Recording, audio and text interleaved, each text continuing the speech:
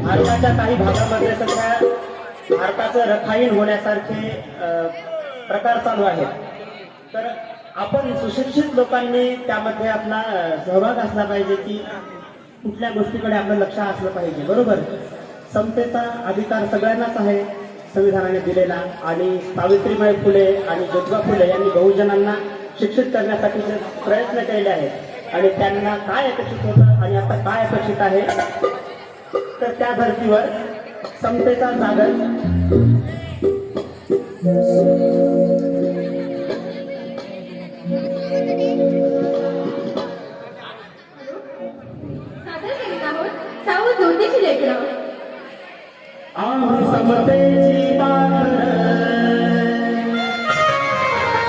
आम्ही समतेची पाकर मारो अन्यायाला तोपर सावधीची लेकर घालू समतेचा जागर सावधीची लेकर घालू समतेचा जागर